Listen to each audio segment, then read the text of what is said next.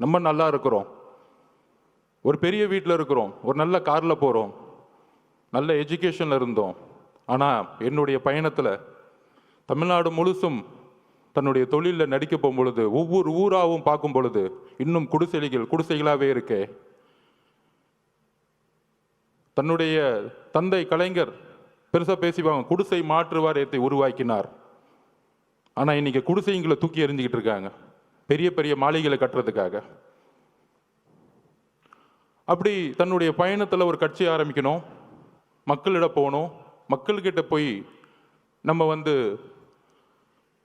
நான் அரசியலுக்கு உங்களுக்கு நல்ல விஷயங்களை வந்தால் என்னென்ன செய்வேன், பிரச்சாரத்தில் என்னென்ன தவறு நடந்துட்டுருக்கு, நிர்வாகம் என்ன தவறு நடந்துட்டுருக்கு, தமிழக வெற்றி கழகம் நம்ம தோழர்களும் நானும் ஆட்சிக்கு வந்தால் என்ன நிர்வாக மாற்றங்களை உருவாக்க முடியும்னு மக்கள்கிட்ட சென்றுட்டு இருக்கார்.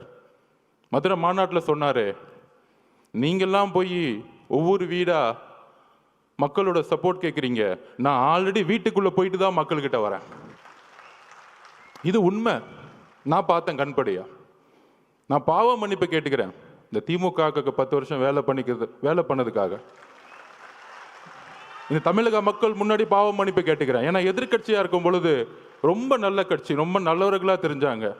ஏன் நம்ம தலைவரை எலெக்ஷன் அன்னைக்கு கருப்பு சிவப்பு சைக்கிளோட உங்களை ஆதரவு கொடுக்குறேன்னு சொன்னாரு. உங்களுக்கெல்லாம் நன்றி உணர்வு இல்லை? என்ன நன்றி இருக்கு? அரசியல்ல ஒருத்தரை அழிக்கிறதுக்கு இவ்வளோ பெரிய குற்றச்சாட்டுகளா சொல்ல முடியும்?